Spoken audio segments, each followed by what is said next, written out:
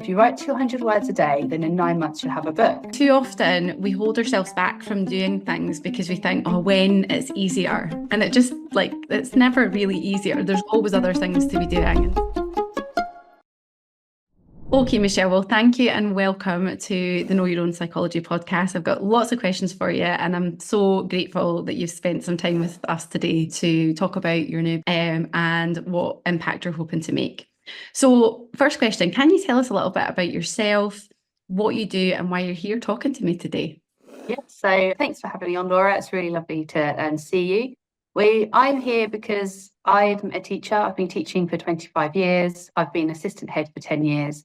And I recognise that actually I need to do something for my own well-being, to enjoy being a teacher and being a mum, and be able to enjoy the job and what I'm doing. So I started practicing mindfulness and tapping, and I found it made a massive difference to me.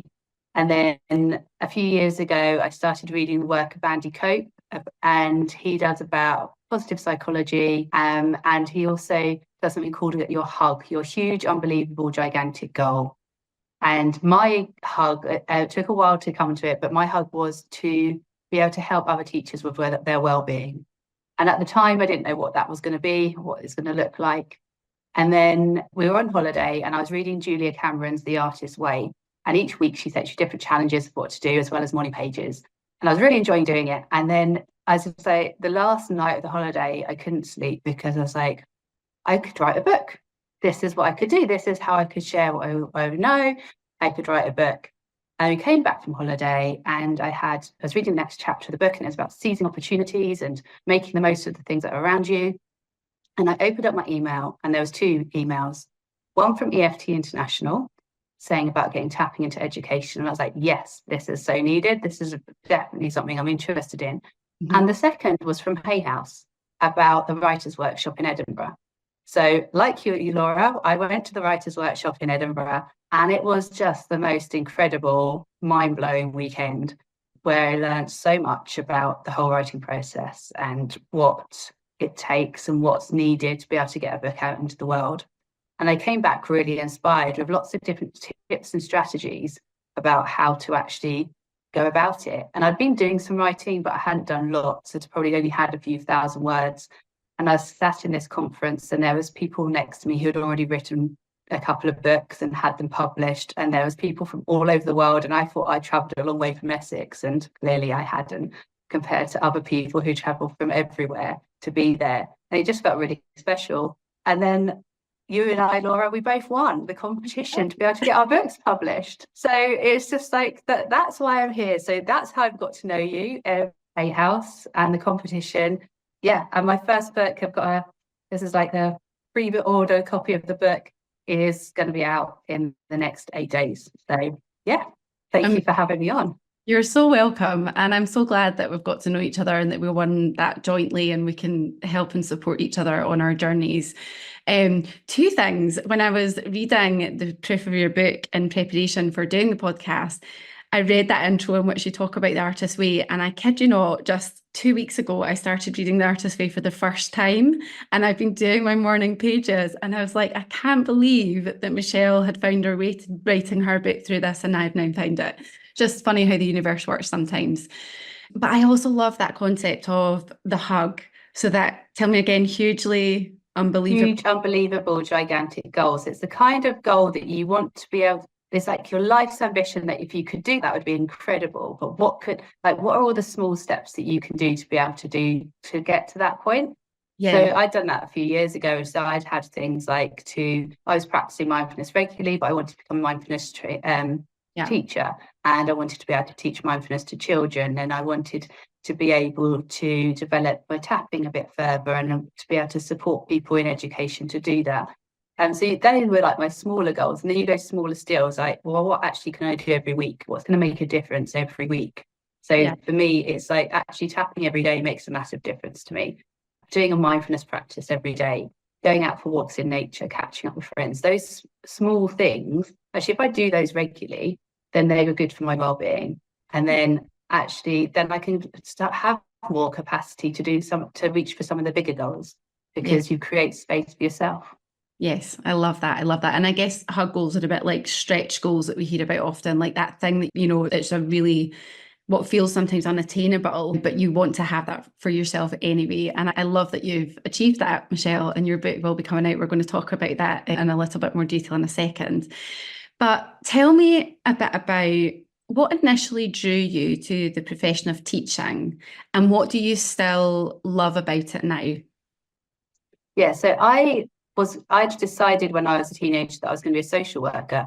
And then when it came to doing work experience, you couldn't do work experience in social work. So Yeah. I went into a school and I just loved it. And I was working with quite young children, and I was just like, oh, actually, this is what I want to do. And I carried on through sixth form, going and volunteering in a local school, and helped out at like Girls Brigade and did different things working with younger children, and really loved it. So that's what got me into teaching. What's kept me in teaching is that I do still love it, and I do love having a class of children, and being able to make a difference and be able to be a consistency in a child's life, and be able to know that it's not just what you teach academically, it's the whole child. That's what that keeps me in teaching. And no 2 days are the same. So it's always like there's always something different going on. And the school I work in, I'm really lucky. You're encouraged to be creative. You're encouraged to try different things out. So it's okay to try things. And if it doesn't work, that's all right. The same as we would say to the children, I'll have a go. They have the same attitude with the adults in our school as well. But actually, if you've got a good idea, try it. If it doesn't work, it doesn't matter. You've given it a go. Yeah. So yeah, that's what's kept me in net teaching. I love that. And I think it talks to so much of like the culture that's created within institutions and schools is so pivotal, important, I think. And, I've previously worked with teachers and have friends who are teachers, and I know the pressure that they're under currently in classrooms up and down the country. Was part of the reason for writing this book that issue itself? It's partly, I think, the main thing I wanted to do is I recognised how much mindfulness and tapping and having self-care strategies made a difference to me. And I could see that actually other people were having increased stress as well. They were finding it harder to cope. And I think education has changed. It's changed a lot since in the 25 years I've been teaching. It's massively different. But we were through doing mindfulness-based teaching. We've led in the school different programs for teachers, for parents, to be able to go through like the 8-week mindfulness-based stress reduction course. Yeah, I've run tapping workshops for staff on an individual basis and in group sessions. I could see that it was having an impact. It's like, how can this go a bit further? How can I reach more people? And that's where the idea from the book came from, really. amazing. And you mentioned in there mindfulness-based stress reduction, which is a program that was developed by John Kabat-Zinn. So if anybody wants to kind of learn a bit more about that, go off and read his books, because that's the foundation, really, isn't it? Yeah, his books are great. Yeah, really good. Yeah, amazing guy as well. Okay, so I guess, Michelle, I felt it was important to delve perhaps a bit deeper. I'm sure there will be teachers and parents listening to this podcast today. And I wondered about your views on teachers dealing with increasing behavioural challenges in our classrooms, how this has changed over the years, and what the main issues are that are leading to this sort of outpouring of sort of stress, burnout, and teachers talking about leaving the profession. Yeah. So there's definitely been a change. There's been lots of changes in education since I've been teaching. There's been lots of different initiatives that have been brought in, some of them more successful than others. There's been, as far as challenging behaviour is concerned, I think there's been a real change and shift in how schools are funded, the support the schools have. There's also, since around lockdown time, there used to be a lot more different agencies involved in being able to support parents and children. And those have been cut. So lots of the Sure Start schemes, lots of the CAMS projects to be able to help with mental health. The waiting lists are so long and the support isn't there immediately. So it's falling to schools to be able to provide lots of that support. Yeah. With budgets are shrinking, there's less and less money to be able to do the things that are going to make a difference. Yeah. So I think that's where a lot of the problem comes from, is the fact that there's not the agencies there. They've all been cut and stripped back. Schools' budgets have not kept up with real time inflation and what's been going on. So that's what's caused the problem. And therefore, it's harder to be able to direct parents to different places to be able to get support for themselves and for their children. And I think in lockdown, there was a shift in that schools were providing that support. Schools were still, even if they were, when they were physically open for key worker children, and they like small group of children, but actually were providing online and emotional support via phone calls and Zooms for parents and their children. And that's created a shift. It's also changed attendance levels because more parents are working from home, and that's created a bit of a shift in people's perception of education as well, has changed. So I think it's not just one thing, it's lots of things which have created a change. I think the increase in use of electronics and parents and children having much more screen time, that changes then attention and concentration rates to how we're all like looking like we all fall into the scrolling culture sometimes, don't we? That you find yourself, you've lost 10 minutes and you was just like, oh, I've just lost that time. And it's the same for children are having more access earlier on to be able to have different devices. That changes attention and concentration. So that all has an impact, I think. Yes, so many of those things. And actually, just you talking about that shift in attention, focus, concentration, I do worry as a mother of small children as well who have access to devices too, how that sort of scrolling short form content actually leads to a lack sort of ability to focus over longer term content. And it's such a challenge, isn't it? So I think this is why, you know, this book is so needed, both to retain teachers, help them think about what they're doing. Now, one of the things that I was thinking about as I was reading your book and prepping was that in psychology, I think teaching has tended a bit like in psychology to be a female heavy profession. And I wondered whether you think that the types of people who are sort of drawn to teaching, who become teachers, are also those whose psychology is such that they are sort of more overthinkers and they want to do their best, and therefore they're just naturally more susceptible to stress and high expectations. I think that's a tricky one in a way, because I think it's so broad. So I think that as teachers, you're encouraged to be reflective, and the best practitioners are reflective. So that's part of the job, is actually to be reflective and to be able to reflect on your own practice and to think about what works and what doesn't work so well and how you can make improvements. So you're always looking to see how you can maximize attention, maximize learning, be able to create the right environment. So those things, I think the best teachers are always learning. So the people who are wanting to always learn, I think will always be good teachers, because they can recognize what's working and what's not working. Whether that's overthinking, that's harder. I would say it's more reflection rather than overthinking. I think there's a huge amount of pressure and stress on the profession, and I think that's what's causing more of the issue, is the fact that actually there is huge amounts of pressure and lots of things that have been added, and they've been added for the right reasons, but nothing's been taken back. So more things have been added, and then it's hard, that becomes harder. Yeah. So I don't know if it's just, I haven't really, until I looked to your question, I wouldn't have really thought about it in that way. I think that people who want to become teachers naturally do have an empathy towards other people. They naturally are reflective. They do want to do their best. But you could also argue that anybody in the profession that they're passionate about would have those qualities as well. Yes, absolutely. And I think that reflective practice piece is so important, isn't it? When you're in any sort of profession working with people, you know, we have to sort of question our practice and do that sort of continuing professional development as we go. But thank you for answering that. That's helpful. Okay, now in the book, you offer really practical strategies, Michelle, and suggestions to manage stress and overwhelm within teaching specifically.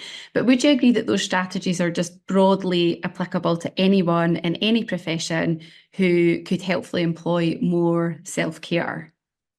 Yeah, I think the strategies you can use in it. So mindfulness and tapping, that like two make up 2/3 of the book, and then the third section is made up with self-care strategies. So you could argue that having good self-care, mindfulness, and tapping practices would help anybody. Yeah, as you said, my book is education specific. So my background is obviously education. That's what I know.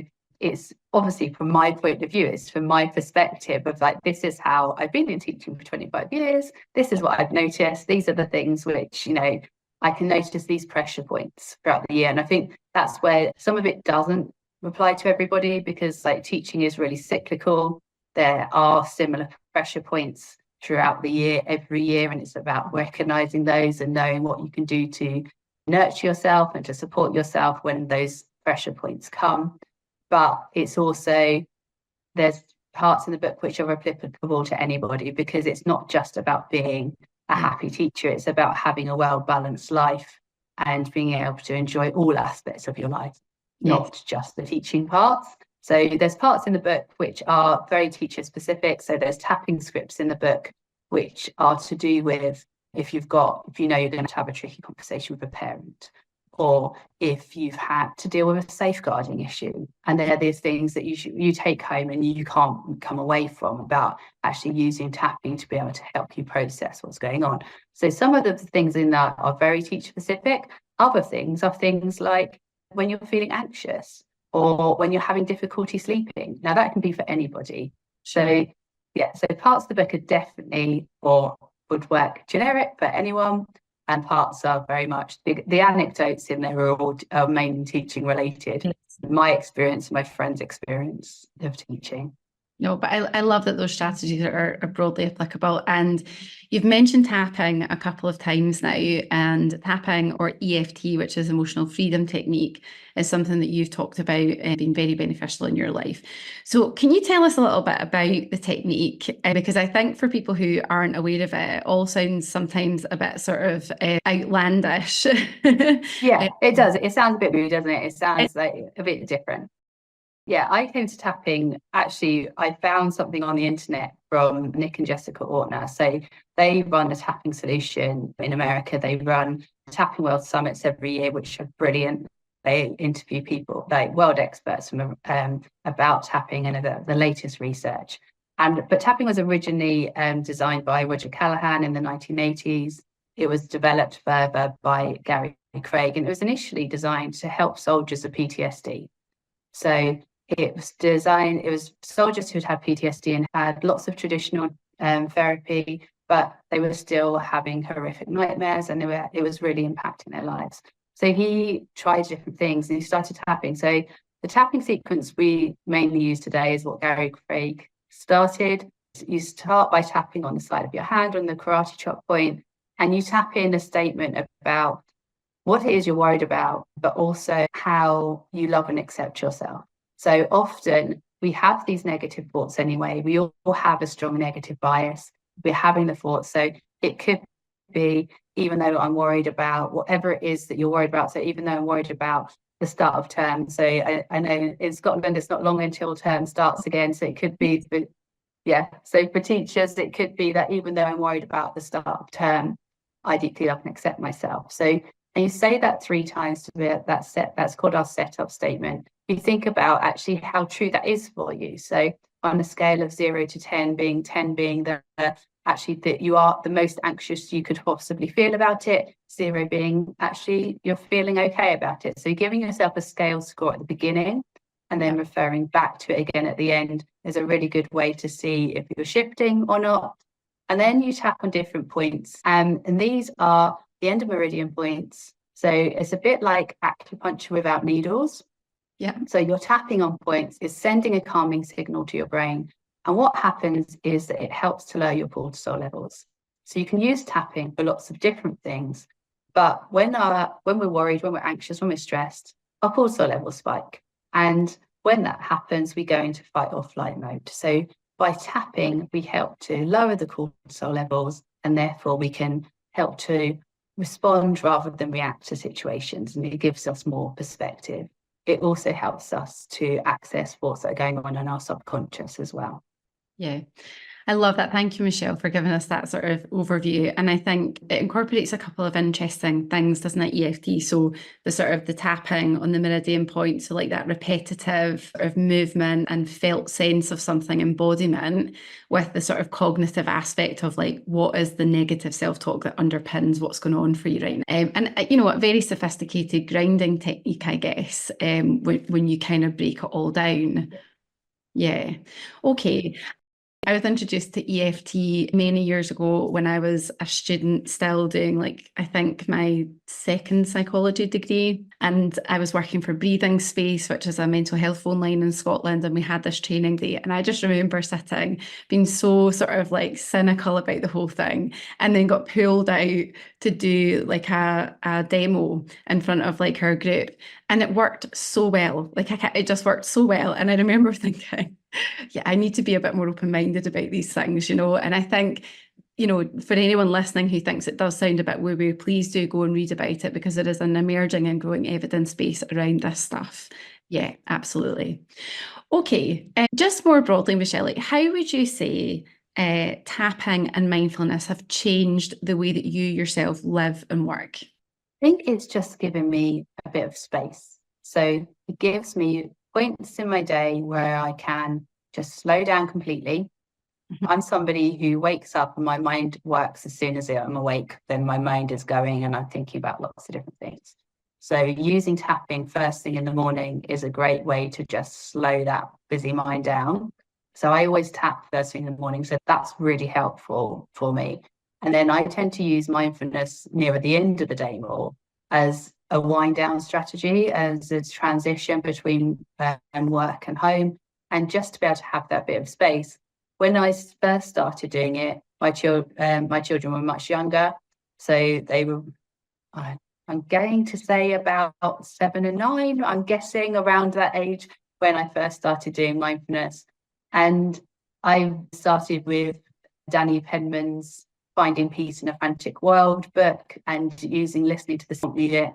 And my children would often join me. So it'd often be that my children were younger, and at the time I hadn't really taken time for myself. I was so busy working and being a mum, and I didn't make the time for myself. It wasn't that there wasn't time, I didn't make the time for myself. And just having those small, tiny pockets of time made a massive difference, because I just felt much calmer, more relaxed. I stopped overthinking things quite so much, and thinking and recognizing that actually I'm doing the best job I can at this moment. Yeah. And I think that's a really important lesson for us to recognize that actually we can only do the best we can at any one time, and if you know that you're doing the best that you can, then you can't then look back negatively on it, because you know you've done the best you can in that moment. And I think that's what tapping and mindfulness have brought for me, is that I'm not over worrying about things beforehand in the same way, but I'm also then not overcritical and trying to pull everything apart afterwards. The biggest difference came with lesson observations, which I used to really overplan and overthink about. And then after practicing mindfulness, my head teacher came to observe me. She's like, "There's something really different." I was like, "Yeah, it's mindfulness." And I've just given you a lesson which I would do every day. I've not given you anything with bells and whistles on it. I've not tried to include everything. I've just given you a normal lesson. And she's like, "But yeah, this consistently is what makes excellent teaching, isn't it?" I was like, "Yeah, it is. It's actually being consistent, being calm, knowing that your planning is solid and strong, and believing in yourself." And I think tapping and mindfulness gives you that as well. Yeah. I love a couple of points just to pull out there. The distinction between I didn't have time versus I wasn't making time. I love that, because I think so many of us are busy with our lives and our work and our children and all the things that we're doing. And actually it's about prioritizing that time, as opposed to, you know, to go back to the beginning, scrolling social media and losing, you know, hours of your day to it. But just this idea that mindfulness and tapping, I guess, generally can sort of ground us into just being more authentic about what we're doing, not trying to overextend ourselves and do too much, which then becomes part of the overwhelm, right? Yeah, Yeah. definitely. Yeah. Okay, thank you, Michelle. That's really helpful. I just want to circle back a little bit because we got quite excited at the beginning about the bit about, attending the Hay House Writers Conference. And I think I'm probably similar to you in that I was sat in that room looking around at all these amazing people who'd written books, were writing books, had something in progress, strong characters, people who were very sort of vocal and all those things, which is amazing, but not necessarily how I am. And I don't think it's necessarily how you are.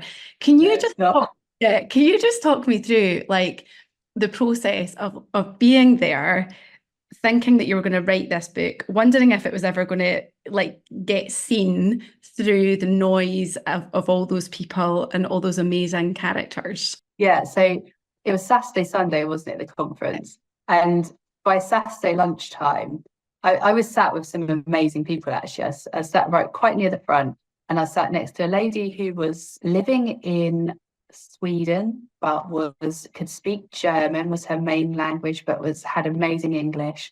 And Yeah. she was just a really nurturing, lovely soul. And then as the other side of me was sat somebody who was from Edinburgh, and she'd already written 2 books. Wow. And had them published. And then there was somebody who was from Iceland that further along, and then there was this lady who was just so serene, like this older lady who was really serene and just seemed so wise. Yeah. And that's who I was surrounded by, and I was just like, wow, this is like the energy in the room was amazing. There was just like this amazing energy the whole time. But by lunchtime, we'd be told on the first day all of the stuff about, oh, you need to do like this is how the publishing world works, and you need to be able to do this. I remember ringing Simon, my husband, up and going, I don't know why I'm here. This is like I don't even understand some of the stuff they're saying. Like, I've only written a couple of thousand words. I feel like a complete fraud. I don't, what am I doing here? But as the conference went on, I was just saying, oh, actually, this is just, but that was kind of a mind. I got to that point. I was like, oh, actually, no, I'm here. This is an amazing opportunity. Let's just go with it and enjoy it. And as far as getting to the point we're at now, I didn't think that was ever possible. So I went there to find out some tips about how to write, how to structure the book. There was a session with Kelly Notaraz, which was amazing. Yeah.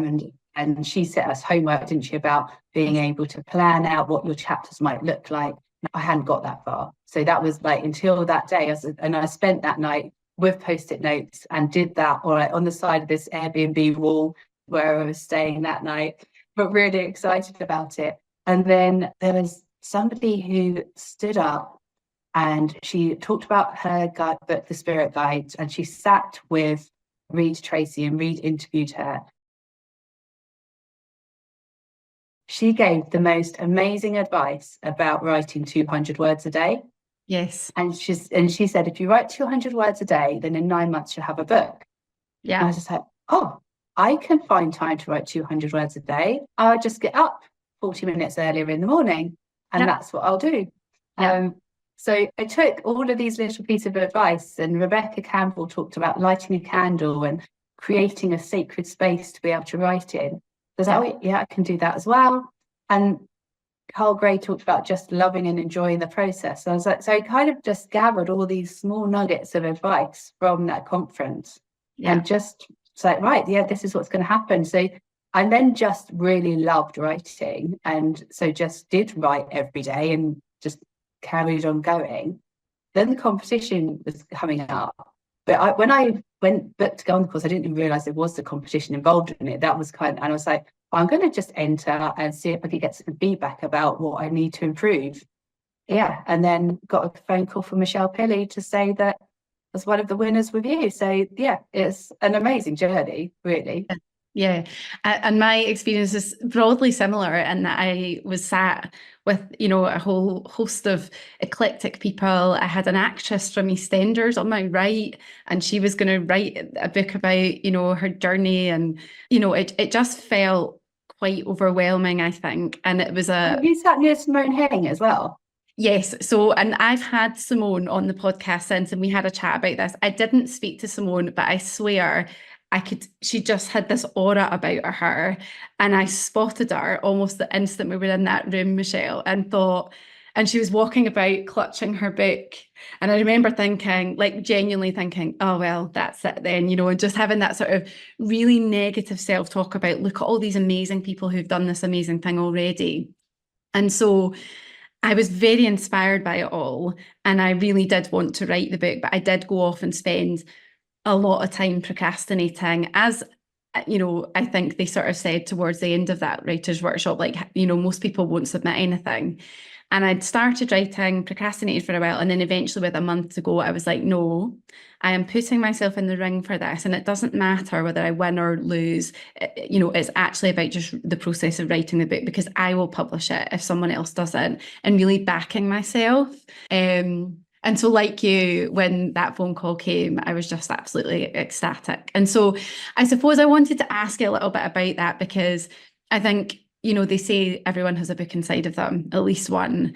And if there's anyone out there who's questioning their abilities, just please start writing. Do your 200 words a day. And I know it's difficult if you've got younger children and other commitments, but, you know, it's just important that you believe in yourself and the story that you have to tell, I think. It's about finding what time works for you. Yes. So my children are like older teenagers now. So Yes. first thing in the morning, the house is silent. Nobody is up. So that is like my golden time, because there's nobody around at that time. That's when they're asleep. Whereas your children are younger. So it may be that actually you have to then work later. Well, Yeah. I'm actually someone who cannot work later. So I was doing things like getting up at 5 in the morning and writing between sort of 5 and 7 in the morning.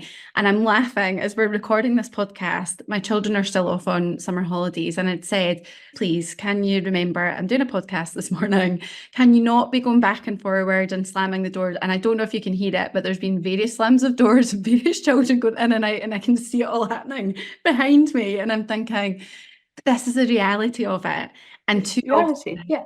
yeah, and too often we hold ourselves back from doing things because we think, oh, when it's easier. And it just, like, it's never really easier. There's always other things to be doing. And so I thought that was helpful just There's to, always stuff. Yeah. yeah.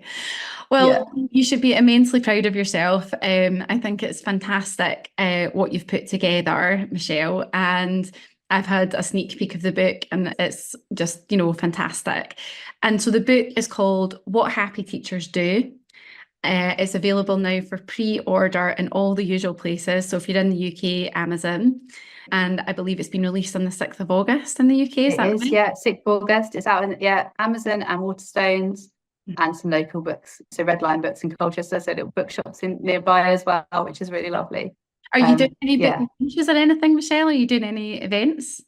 We're going to have like a book celebration party with family and friends. So that'll be really lovely. We're doing like a really small venue. But yeah, just a small celebration all together, which would be all the people that should have helped to get it to this point, because it takes a whole tribe, doesn't it? You need a whole tribe of support. You can't do it on your own. You need friends and family to like champion you. And for me, it was like things like learning how to do social media. It's like, you helped me with that as well, Laura. Thank you. Like, I hadn't posted, didn't have a clue. So learning what a hashtag was a whole like learning. So yeah, if you like you were saying, if you haven't written but you want to, like, then it's been the most amazing journey of like learning and discovery about everything, including how social media works for me. Yeah. So, yeah. Amazing. And lastly, where else can people find you, Michelle, on the socials to follow you and learn a bit more from you? So yeah, you can go to michelleorton.com, and that's my website, and you can find out a bit more about me. You can find out about the book. There's also a pre-order bonus, so you can have a teacher wellbeing guide, like support survival guide on there if you pre-order the book. And there's videos as well on there. You can also find me on Instagram, Michelle Orton 2, or Facebook, just Michelle Orton. Amazing. Michelle, thank you so much for being with us today on the Know Your Own Psychology podcast. I can't wait to see the book out in print, and I'm sure it's going to make a fantastic impact. So thank you. Thank you, Laura, and good luck with yours, which is coming very soon. Thank you.